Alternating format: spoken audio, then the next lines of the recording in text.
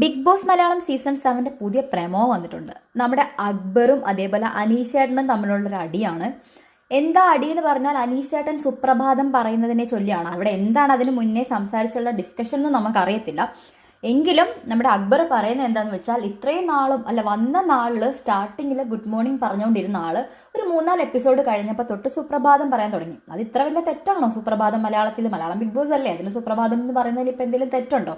അനീഷ് അവിടെ ഒരു special attraction അല്ലെങ്കിൽ ഒരു ബിഗ് ബോസിന്റെ ഒരു ഇത് പിടിച്ചു പറ്റാൻ വേണ്ടിയിട്ട് അനീഷ് സുപ്രഭാതം പറയുന്നു. അനീഷിന്റെ ഒരു ഇതുപോലെ അതിനകത്ത് ഇപ്പം എന്താ പ്രശ്നം, അതിനകത്ത് ഇപ്പം എന്തെങ്കിലും ഇഷ്യൂ ഉണ്ടോ?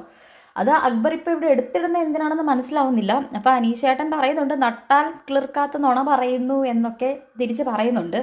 അപ്പം ഇതിനകത്ത് അക്ബറിന് എന്താണ് പ്രശ്നം, അനീഷ് ഇങ്ങനെ പറയുന്നതിന് അത് മനസ്സിലാവുന്നില്ല. പക്ഷെ അനീഷ് ഇങ്ങനെ സ്പെഷ്യലായിട്ട് എടുത്തിങ്ങനെ ചില കാര്യങ്ങളൊക്കെ സ്റ്റാൻഡ് ഔട്ട് ചെയ്ത് നിൽക്കാൻ വേണ്ടി ചില കാര്യങ്ങളൊക്കെ ബിഗ് ബോസിൽ കാണിക്കുന്നുമുണ്ട്.